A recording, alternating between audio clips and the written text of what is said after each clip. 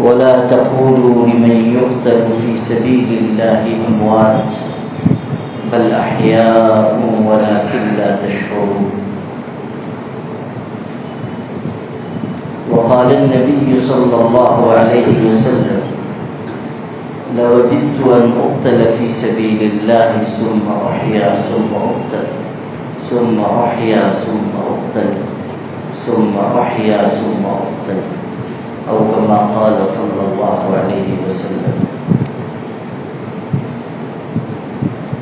قابل احترام بھائی اور بزرگوں، ذرا چشم تصور سے دیکھیں کہ اللہ کا ایک پیغمبر ہے جو لوگوں کو اللہ کے دین کی طرف بلا رہا ہے،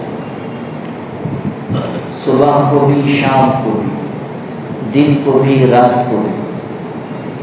اس کی ایک ہی دعوت ہے، اللہ کی وحدانیت کو قبول کرو. اس کی ایک ہی پکار ہے کہ بندے ہو تو خدا کی بندگی کے راستے پر ہو. اس کے جواب میں ان کی قوم ان کو ستا رہی ہے، ان کو تکلیف پہنچا رہی ہے، ان کو اذیت دے رہی ہے، ان کو برا بھلا کہہ رہی ہے، پتھروں سے ان کو مار رہی ہے، اتنی تکلیف پہنچا رہی ہے کہ دیکھنے والے لوگوں کو ترس آ جائے.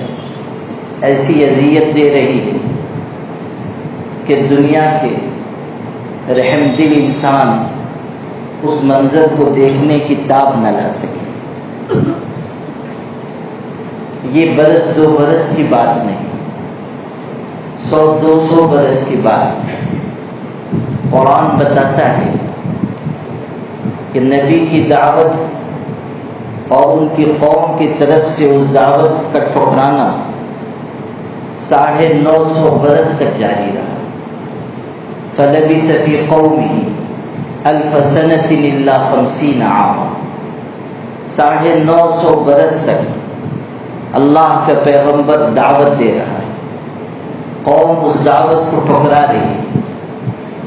آپ اس پیغمبر کے الفاظ قرآن میں پڑھیں، کہتے ہیں دعوت قومی لیلا ونہارا، میں دن رات اپنی قوم کو بلا رہا ہوں، اللہ کی طرف دعوت دے رہا ہوں، لیکن میری قوم مجھ سے دور بھاگ رہی، میری دعوت کو ٹھکرا رہی، میری بات ماننے سے انکار کر رہی. فلم یزدہم دعائی الا فرارا.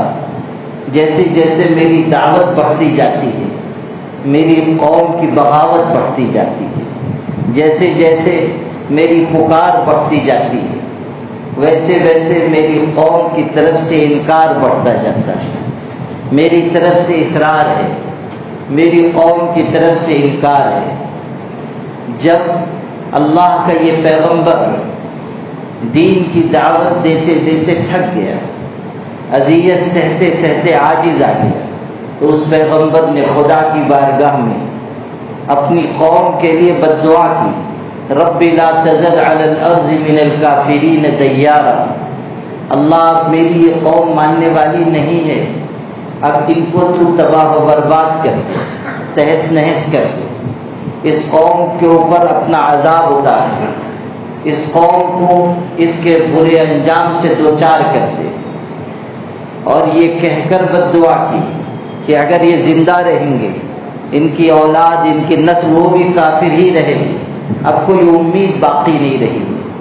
اللہ نے اس بد دعا کو قبول کیا.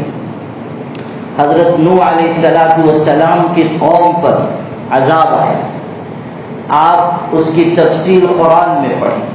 کہا گیا تھا کہ نوح تم ایک کشتی تیار کر لو، اس لیے کہ زبردست طوفان آئے گا، پھر کوئی بچنے نہیں پائے گا. وہ طوفان آیا، قرآن اس کی منظر کشی کرتا ہے. قیل یا ارض ابلعی ماءک ویا سماء اقلعی وغیض الماء وقضی الامر واستوت علی الجودی وقیل بعدا للقوم الظالمین. قرآن کے الفاظ آپ پڑھیں. آسمان سے کہا گیا اپنا پانی برسا دو، زمین سے کہا گیا اپنا سارا پانی باہر پھینک دو. اور سارا معاملہ تمام کر دیا گیا، ساری قوم کو تہس نہس کر دیا گیا۔ البتہ حضرت نوح علیہ السلام اور ان پر ایمان لانے والے کشتی میں سوار ہو گئے، کشتی میں سوار ہو کر چلے۔ طوفان ان کو راستہ دے رہا ہے، ان کو ساحل پہ بھی طغیانی ملی، ہم کو طوفانوں میں بھی ساحل دیا۔ کہنے والے نے کہا حفاظت جس سفینے کی انہیں منظور ہوتی ہے، حفاظت جس سفینے کی انہیں منظور ہوتی ہے تو کنارے تک خود اسے لا کے طوفان چھوڑ جاتے ہیں۔ حضرت نوح علیہ السلام اور ایمان والے جن کی تعداد 80-83 سے زیادہ نہیں تھی، 100 کا عدد بھی پورا نہیں ہوا، اللہ کے حکم سے کشتی میں سوار ہو کر چلے، ان کی حفاظت کی گئی، ان کی صیانت کی گئی، ان کو اللہ تعالیٰ نے ہر طوفان سے، ہر قسم کی مصیبت سے بچایا اور ان کو عافیت کے ساتھ جودی پہاڑ پر لے جا کر ٹھہرایا۔ وَاسْتَوَتْ عَلَى الْجُودِ، قرآن کہہ رہا ہے کہ یہ جو سفینہ نوح چلا تھا یہ چلتے چلتے جودی پہاڑ پر پہنچا، جودی پہاڑ پر پہنچ کر یہ سفینہ رک گیا، وہیں ان کو قیام کا حکم ہوا۔ جب نوح علیہ السلام کو اور ایمان والوں کو کافروں سے نجات ہوئی، مشرکوں سے نجات ہوئی، اللہ نے ساری دنیا کو بتایا کہ باطل کو ہم نے شکست دی، حق کو ہم نے غالب کیا۔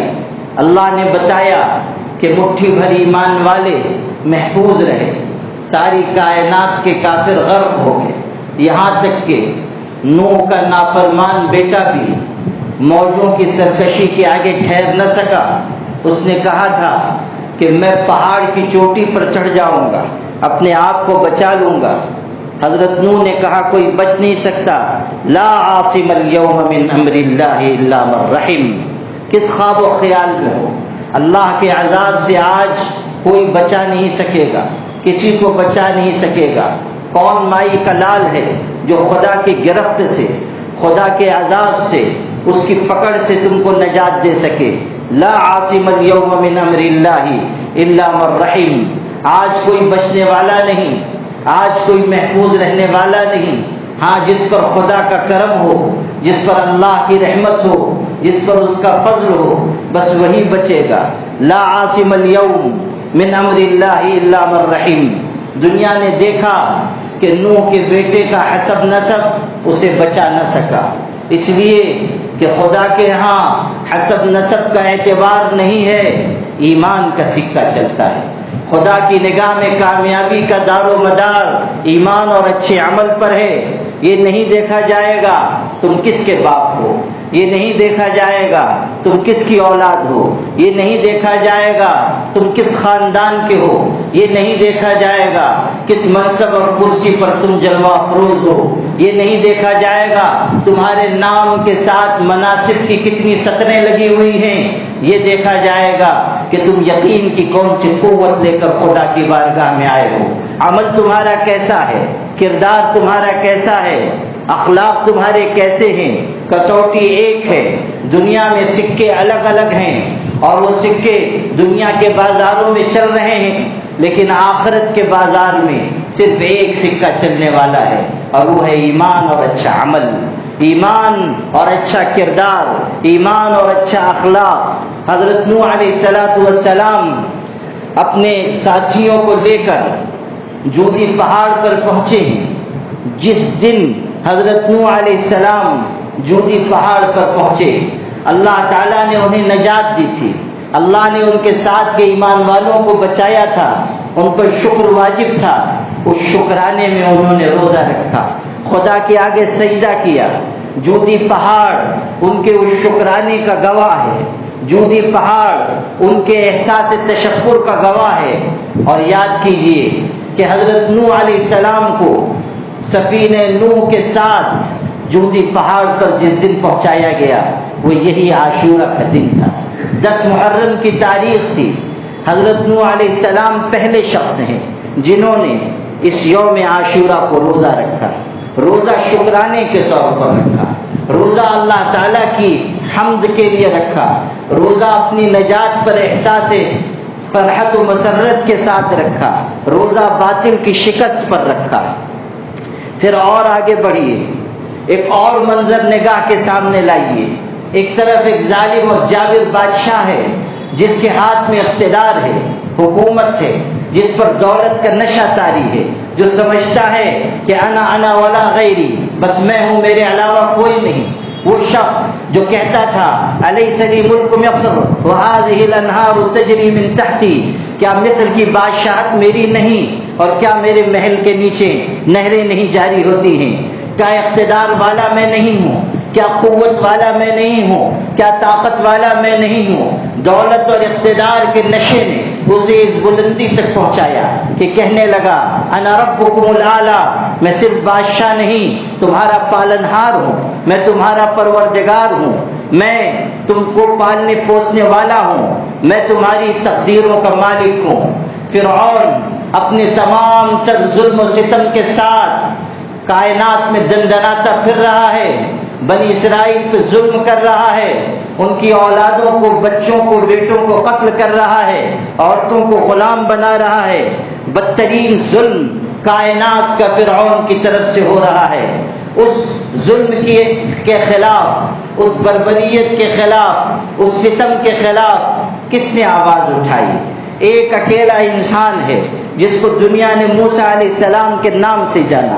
وہ کھڑے ہوئے، انہوں نے فرعون کو للکارا، کہا تم بھی جھوٹے، تمہارا اقتدار جھوٹا، تمہاری خدائی کا دعویٰ جھوٹا، اور یاد رکھو آج چاہے تم کو کتنے ہی عروج کیوں نہ حاصل ہو، وقت آئے گا کہ تمہارے غرور کو خدا خاک میں ملا دے گا، مٹی میں ملا دے گا۔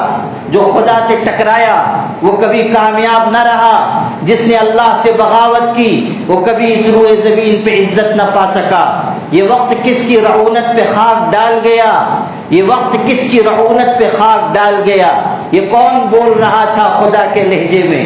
بہت لوگ پیدا ہوئے جنہوں نے اپنے آپ کو ظلم و ستم، بربریت، وحشیت کے راستے پر ڈالا، جنہوں نے سمجھا کہ ہم اپنے اقتدار کے ستونوں کو ظلم کے ذریعے مضبوط کر لیں گے، جنہوں نے یہ سمجھا کہ ہمارے آگے کوئی کھڑا نہیں ہو سکے گا، جنہوں نے یہ سمجھا کہ ظلم کی آندھیاں حق کے ہر ایک چراغ کو گل کر دیں گی، لیکن انہوں نے یہ نہیں جانا کہ ایک طاقت سب سے بڑی طاقت ہے، ایک قوت سب قوتوں سے بڑھ کر ہے، وہ اللہ ہے جو تمام نظام کائنات کو چلانے والا ہے۔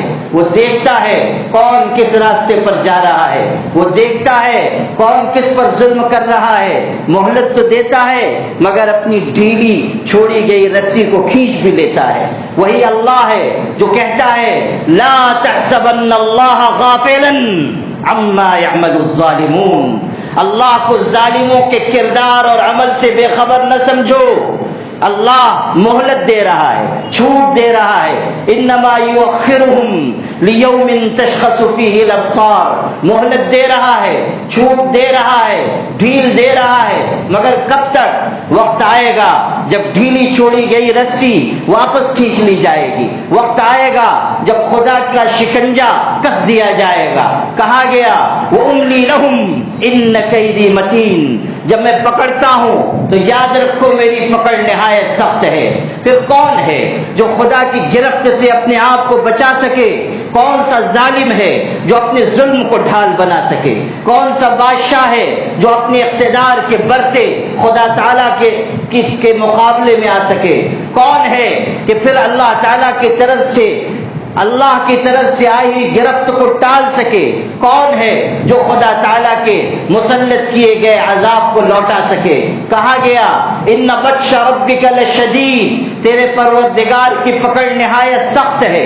وکذالک اخذ ربک اذا اخذ القری وہی ظالمہ ان اخذہ علیم شدید، جب اللہ کی پکڑ آتی ہے وہ پکڑ نہایت دردناک ہوتی ہے۔ ظالم یہ نہ سمجھیں کہ کوئی انہیں دیکھ نہیں رہا، ستمگر یہ نہ سمجھیں کہ حق دبا کر بیٹھ گئے اور کوئی وصول کرنے والا نہیں۔ اگر کائنات کے تمام قاضی، زمین کے تمام قاضی ناانصافی کی راہوں پہ چلنے لگیں تب بھی آسمان کا قاضی انصاف کرتا ہے۔ فويل ثم ويل ثم ويل لقاضي الارض من قاضي السماء. اگر گواہ بھی آپ کے، منصف بھی آپ کا، عدالت بھی آپ کی، دولت اور اقتدار کے ذریعے آپ اپنے عیب و جرم کو چھپانے کی راہ پر ہوں، تب بھی سمجھ لیجئے کہ جرم آپ کا چھپنے والا نہیں. انصاف کے ترازو قائم ہونے سے نہیں رہیں گے، آخرت میں انصاف ہوگا. اسی لیے کہا مالک یوم الدین، اللہ انصاف کے دن کا مالک ہے. وہ جلوگر ہوگا کرسی عدالت پر اور ادنا ادنا ظلم بھی نکال کر لائے گا. اور کوئی شخص ایسا نہیں ہے جو خدا کی نگاہ سے اپنے ظلم کو، اپنی معصیت کو، اپنے گناہ کو، اپنی غلطی کو، اپنی بد کرداری کو چھپا سکے. دیواریں انسانی نگاہوں سے اپنے آپ کو بھی اور دوسرے انسانوں کو اور ان کی غلطیوں کو بھی محفوظ رکھ سکتی ہیں، مگر دیواریں یا دنیا کے مضبوط سے مضبوط قلعے خدا کی نگاہ سے آپ کو بچا نہیں سکتے. اینما تکونوا یدرککم الموت ولو کنتم فی بروج مشیدہ. اونچے اونچے برج یا قلعے میں بھی جا کر چھپ جاؤ گے، موت کا شکنجہ وہاں بھی آ جائے گا. خدا تعالیٰ کے ہاں حاضری ضروری ہے، لازمی ہے. چاہو گے تب بھی، نہ چاہو گے جب بھی خدا کی بارگاہ میں پیشی ہونا ہے اور اللہ کے دربار میں کھڑے ہو کر حساب دینا ہے. یوم یقوم الناس لرب العالمین. اللہ کی بارگاہ میں ساری کائنات حاضر ہوگی، پھر اعمال نامے کھولے جائیں گے، پھر حساب کا مرحلہ ہوگا. سیدنا عمر ابن خطاب جن کی شہادت اسی محرم کی پہلی تاریخ کو ہوئی، ان کا زمانہ عدل کا زمانہ، ان کی خلافت سارے مسلمانوں کے لیے باعث رحمت. وہ سیدنا عمر ابن خطاب کہ زمین کا ہر شیطان ان سے کانپتا ہے اور آسمان کا ہر فرشتہ ان کی عزت کرتا ہے. جس کے روب و دبدبے کا یہ عالم کہ جس گلی سے وہ گزر جائے شیطان اس گلی کو چھوڑ کر ہٹ جائے. وہ شخصیت کہ جن کو اگر اسلام کی تاریخ سے نکال دو تو اسلام کی تاریخ ادھوری ہوگی. وہ شخصیت جس نے اسلام قبول کرنے کے بعد علی الاعلان خانہ کعبہ کے پاس آ کر کہا کہ آج سے اہل ایمان یہاں آ کر نماز پڑھیں گے. جس مائی کے لال میں دم ہو وہ مسلمانوں کو نماز پڑھنے سے روک دے. ہجرت کی مسلمانوں نے اور چھپ چھپا کر ہجرت کی. سیدنا عمر نکلے، علی الاعلان نکلے، اونٹ پر سوار ہیں، اسلحہ ساتھ ہے اور آئے وہاں جہاں کافروں اور مشرکوں کی مجلس لگتی تھی. کہا میں ہجرت کر کے جا رہا ہوں، مکہ چھوڑ رہا ہوں، مدینہ جا رہا ہوں. اب جس شخص کو اپنی بیوی کو بیوہ اور اپنے بچوں کو یتیم کرنا ہو وہ آ کر عمر کی سواری کا راستہ روک لے. یہ شہامت، یہ شجاعت، یہ بہادری جس انسان میں ہے، وہ شخص جس نے عدل و اعتدال کا، عدالت کا ایک اونچا معیار کائنات میں قائم کیا. ان کے بارے میں آپ پڑھیے کہ اپنے آپ پر افسوس کرتے ہوئے کہتے تھے کہ اگر دریائے دجلہ و فرات کی موجوں میں آ کر کوئی بکری کا بچہ بھی مر جائے گا قیامت کے دن عمر سے اس کے بارے میں سوال ہوگا. قیامت کے دن مجھ سے پوچھا جائے گا، میری بات پرس ہوگی. قیامت کے دن وہ ہوگا انصاف اور عدالت کے تقاضے پورے کیے جائیں گے. لوگ یہ نہ سمجھیں کہ کھلا چھوڑ دیا گیا ہے، اللہ ان پر نگہبان مقرر ہے. ان اللہ کان علیکم رقیبا. اللہ دیکھ رہا ہے، اللہ نگرانی کر رہا ہے، اللہ نگہبانی کر رہا ہے. ہر ایک کے عمل پر اس کی نظر ہے، کوئی چیز اس کی نگاہ سے چھپی ہوئی نہیں. اسی کو کہا لا تحسبن اللہ غافلا عما يعمل الظالمون. ظالموں کے عمل سے خدا کو بے خبر نہ سمجھو. اللہ مہلت دیتا ہے، پھر اپنی ڈھیلی چھوڑی گئی رسی کو کھینچ لیتا ہے. فرعون نے بھی ظلم کیا، جبر کیا، تشدد کیا. اللہ نے اس کے مقابلے میں موسیٰ علیہ السلام کو کھڑا کیا. انہوں نے اسے للکارا، اس نے حضرت موسیٰ کو بھی راہ سے ہٹانا چاہا، لیکن ہوا کیا؟ وہ جو خدا کی مرضی تھی کہ فرعون اور فرعونی غرق کیے گئے، دریا میں ڈبوئے گئے. وہی دریا جس نے موسیٰ اور ان کے ساتھیوں کو راستہ دیا، نجات کی راہ دکھائی، اسی دریا نے موسیٰ علیہ السلام کے گزرنے کے بعد اللہ کے حکم سے فرعون کو غرق کر دیا. بتایا گیا کہ نجات اس کو ملے گی جسے ہم چاہیں گے. اور غرق وہ ہوگا جسے ہم ڈبونا چاہیں گے. اصل ہماری مرضی ہے، ہماری مشیت ہے، ہمارا ارادہ ہے، ہم جو چاہیں گے وہ کریں گے. موسیٰ علیہ السلام کو اور ان کے ساتھ کے ایمان والوں کو اللہ نے نجات دی، اور فرعون اور فرعونیوں کو غرق کر دیا، ان کو ڈبو دیا، ان کو ہلاک کر دیا. اللہ نے بتایا کہ جو خدا کے مقابل آئے گا، جو اللہ سے ٹکرائے گا، وہ پاش پاش ہو جائے گا. فرعون مٹا، فرعونیت مٹی، نمرود مٹا، نمرودیت مٹی، شداد مٹا، اس کی جنت مٹی. دنیا میں باطل جس شکل میں بھی آیا تباہ و برباد ہوا.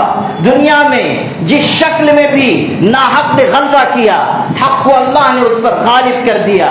بل نقذف بالحق علی الباطل فیدمغه فاذا هو زاهق. قرآن کہہ رہا ہے کہ ہم باطل کے سر پر حق کو دے ماریں گے، پھر یہ حق باطل کا بھیجا نکال دے گا، باطل کی ساری اکڑ اس کے غرور کو ختم کر دے گا. کہا گیا جاء الحق وزهق الباطل ان الباطل كان زهوقا. حق آیا اور باطل مٹ گیا، اور باطل مٹنے کے لیے ہے. باطل اگر سمندر کے جھاگ کی شکل میں بھی ہو مٹ جائے گا، اور حق اگر جگنو کسی روشنی کی شکل میں بھی ہو کائنات کو منور کرے گا. جاء الحق وزهق الباطل ان الباطل كان زهوقا. دنیا کے ظالم و جابر آج کہاں ہیں؟ جو دنیا میں اپنے جبر و تشدد کا علم اٹھائے ہوئے تھے، آج کہاں گئے؟ جا غور غریباں پہ نظر ڈال بعبرت، کھل جائے گی تجھ پر تیری دنیا کی حقیقت. عبرت کے لیے ڈھونڈ کسی شاہ کی تربت، پوچھ کہاں ہے وہ تیری شان حکومت. کل تک جو بھرا تھا وہ غرور آج کہاں ہے؟ بول اے کاسے سر تیرا تاج کہاں ہے؟ آج ظالموں اور جابروں کے نام و نشان کائنات سے مٹا دیے گئے. کیوں؟ اس لیے کہ خدا کا فیصلہ ہے جاء الحق وزهق الباطل ان الباطل كان زهوقا. حضرت موسیٰ علیہ السلام کو اللہ نے نجات دی اور فرعون اور فرعونیوں کو ڈبو دیا. کائنات کو بتایا کہ راستہ بنانے والے ہم ہیں، بچانے والے ہم ہیں. قرآن نقل کر رہا ہے فلما تراءى الجمعان قال اصحاب موسیٰ انا لمدرکون.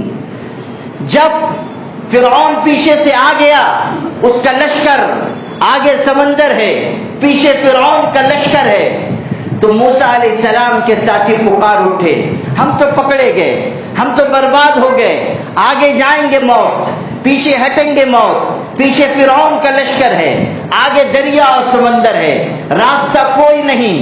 موسیٰ علیہ السلام کا ایمان دیکھیے، کہا کلا ان معی ربی سیہدین. ہرگز نہیں، ہلاکت نہیں ہوگی، بربادی نہیں ہوگی، تباہی نہیں ہوگی، نجات کا راستہ میرا پروردگار نکالے گا. ان معی ربی سیہدین، میرے ساتھ میرا رب ہے، وہ ان قریب راستہ نکالے گا. اور اللہ نے راستہ نکال کر دکھایا. اور پھر جب اللہ نے نجات دی موسیٰ علیہ السلام کو اور فرعون کو ڈبویا، وہ دن بھی یہی 10 محرم کا دن تھا، یہی عاشورہ کا دن. اسی کے شکرانے میں موسیٰ علیہ السلام نے بھی روزہ رکھا. موسیٰ علیہ السلام نے اللہ تعالیٰ کے شکرانے کے لیے عاشورہ کا روزہ رکھا کہ اللہ تو نے فرعون کو اور اس کے ظلم کو برباد کیا، مجھ کو میرے ساتھیوں کو نجات دی. موسیٰ علیہ السلام شکرانے میں روزہ رکھ رہے ہیں تاکہ اللہ تعالیٰ کی بارگاہ میں اپنے احساسات تشکر پہنچا سکیں. یہ ہے اس یوم عاشورہ کا پس منظر.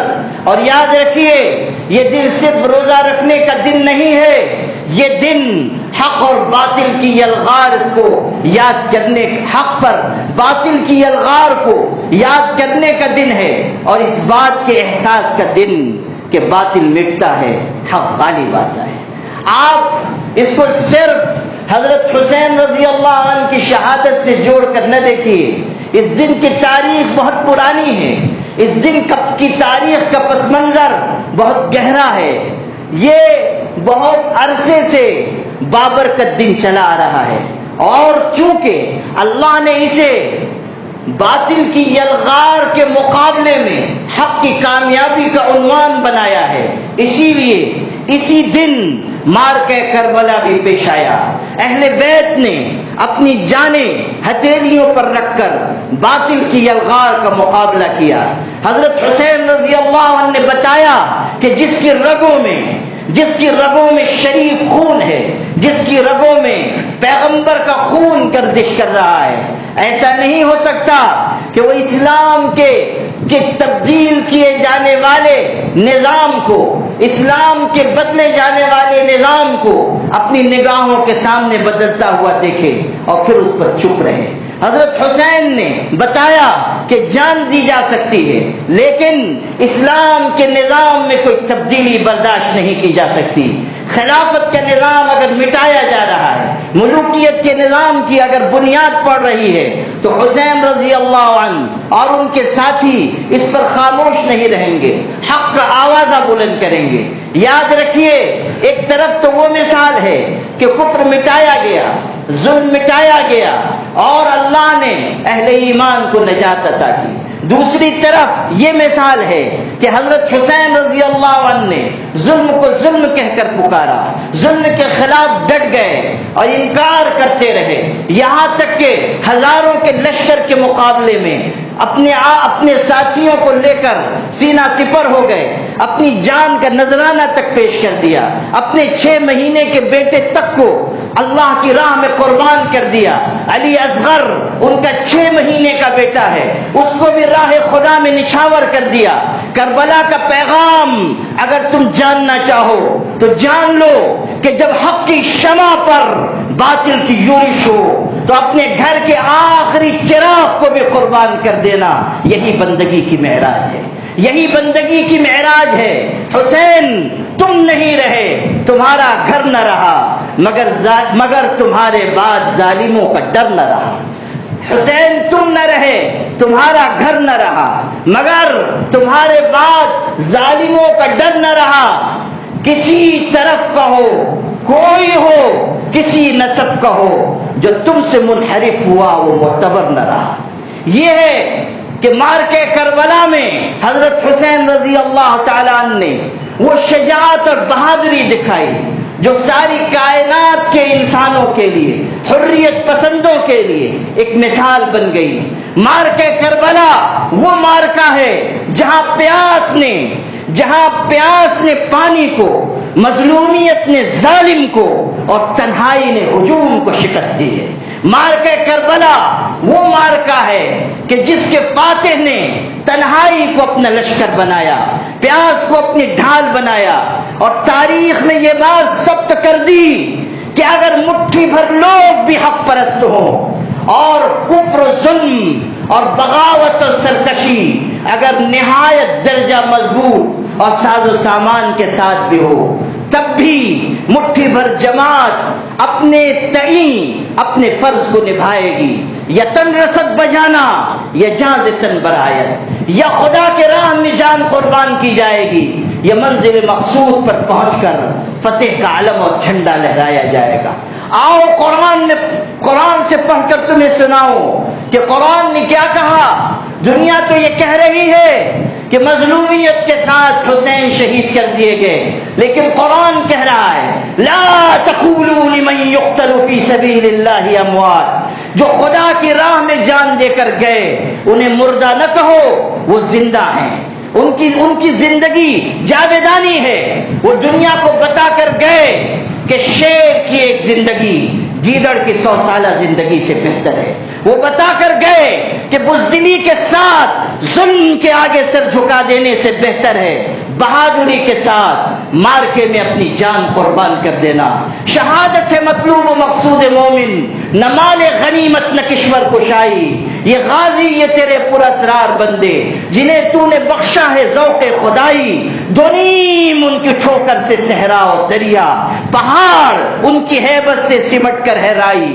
میرے بھائیوں، سیدنا حسین رضی اللہ عنہ کی قربانی وہ روشن مینار ہے جس سے دنیا آج بھی روشنی پا رہی ہے. انہوں نے بتایا کہ اسلام کے بنیادی اصولوں میں کوئی تحریف قبول نہیں کی جائے گی. انہوں نے بتایا کہ ظلم کی اندھیریوں کے خلاف حق کا روشن چراغ ہمیشہ منور رکھا جائے گا، اور اگر ضرورت پڑی تو اس چراغ میں تیل نہیں جلے گا، انسانوں کا خون جلے گا۔ انہوں نے بتایا کہ اپنے لہو کا آخری قطرہ بھی راہ خدا میں نچھاور کیا جائے گا، اور اس جذبے کے ساتھ نچھاور کیا جائے گا، سب کچھ لٹا کے راہ محبت میں اہل دل یوں خوش ہیں جیسے دولت کونین پا گئے۔ یہ ہے وہ جذبہ جو آج یاد کیے جانے کے قابل ہے، جس کی تاریخ اسی یوم عاشورہ سے جڑی ہوئی ہے۔ میرے بھائیوں، اگر آج ہم روزہ رکھ رہے ہیں تو ان قربانیوں کو بھی یاد کریں۔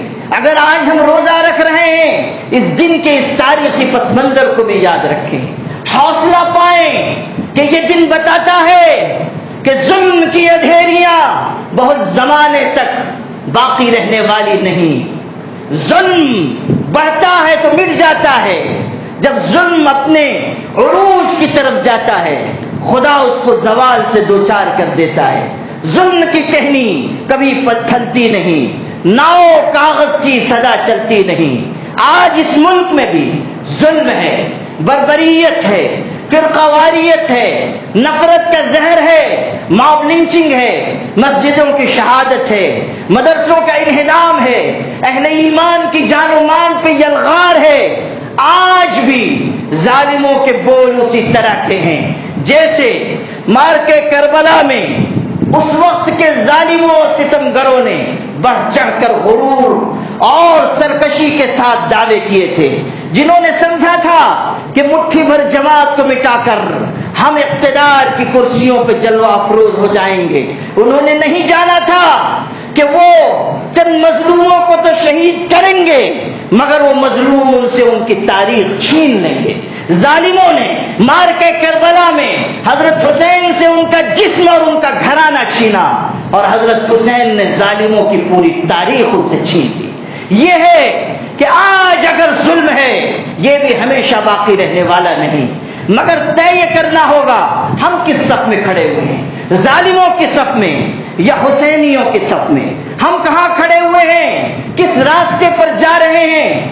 آج پوری ملت اسلامیہ یہ جان لے کہ حسینیت علم اور بلم کا نام نہیں ہے، بدعات و خرافات کا نام نہیں ہے، رسوم و رواج کا نام نہیں ہے، حسینیت رنج و ماتم و غم کا نام نہیں ہے، حسینیت باطل کے مقابلے میں جم جانے کا نام ہے، حسینیت سجدے میں سر کٹا دینے کا نام ہے، حسینیت اپنے آپ کو راہ خدا میں نچھاور کر دینے کا نام ہے، حسینیت جان و تن کو خدا پہ فدا کر دینے کا نام ہے، حسینیت اللہ تعالیٰ کے احکامات کو زندگی کی آخری سانس تک قائم رکھنے کا نام ہے، حسینیت برائیوں کے خلاف علم جہاد ہے، حسینیت ظلم و ستم کے خلاف برسر پیکار رہنے کا عنوان ہے، حسینیت اس بات کا نام ہے کہ انسان کی جان جائے تو جائے مگر اس کا ایمان سلامت رہے،